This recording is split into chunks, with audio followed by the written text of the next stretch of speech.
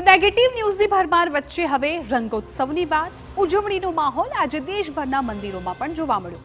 કાશી મથુરાથી લઈને ઉજ્જૈન અને ગુજરાતમાં ડાકોરથી લઈને અરવલ્લીના શામળાજી સુધી સામે આવ્યા છે અદ્ભુત દ્રશ્યો। તો દેશભરના પ્રસિદ્ધ મંદિરોમાં આજે દેવી દેવતાઓ સાથે પણ ધૂળેટી પર્વની ઉજવણી કરવામાં આવી। વાત કરીએ ઉજ્જૈનની તો ભસ્મ આરતી માટે પ્રસિદ્ધ સ્થાનકમાં આજે ગુલાલની છોડો ઉડી મહાકાલને અદ્ભુત શણગાર કરાયો અને પછી તેમને ગુલાલ ચડાવી આરતી કરાઈ।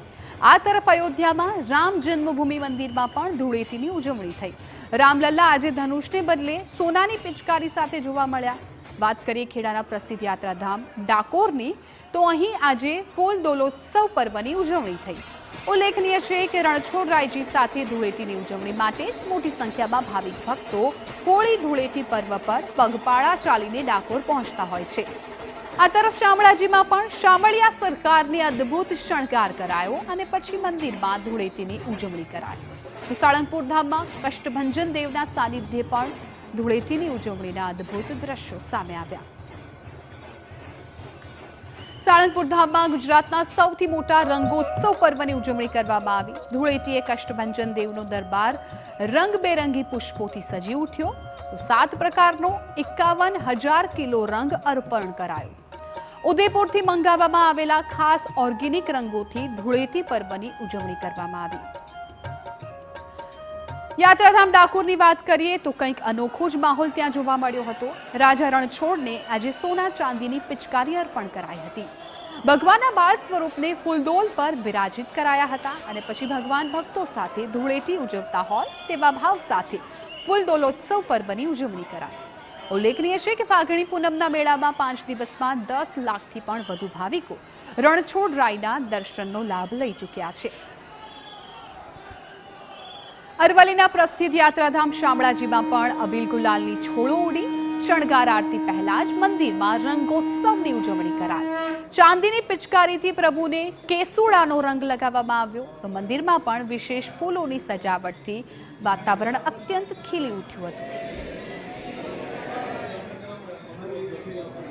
તો ગુજરાત સહિત દેશભરના મંદિરોમાં ઉલ્લાસપૂર્ણ માહોલ જોવા મળ્યો। વારાણસીમાં કાશી વિશ્વનાથ મંદિર બહાર ભક્તોએ ધૂળેટી પર્વની ઉજવણી કરી। તો મથુરામાં શ્રી કૃષ્ણ જન્મભૂમિ મંદિર બહાર મોટી સંખ્યામાં શ્રદ્ધાળુઓ એકઠા થયેલા રંગોત્સવ ઉજવ્યો। ગુજરાતના પ્રસિદ્ધ દ્વારકાધીશ મંદિર બહાર પણ હક હેઠળ માનવ મહેરામણ ઉમટ્યું હતું અને ઢોલ મંજીરાના તાલ અને ગુલાલ સાથે શ્રદ્ધાળુઓએ એકબીજાને રંગ લગાવ્યા। અમદાવાદના પ્રસિદ્ધ કાલુપુર મંદિરમાં પણ પુષ્પ અને કેસુડાના રંગો સાથે ધૂળેટીનો પર્વ ઉજવવામાં આવ્યો। તો ખેડાના વડતાળ ધામમાં કંઈક અનોખો જ માહોલ જોવા મળ્યો હતો। 5,000 ફૂલો 2,000 કિલો ગુલાબની પાંખડી તથા 1,000 કિલો હજારીના ફૂલની પાંખડીઓથી ભગવાન પર અભિષેક કરાયો અને ત્યારબાદ 50,000થી પણ વધુ શ્રદ્ધાળુઓએ રંગોત્સવની ઉજવણી કરી।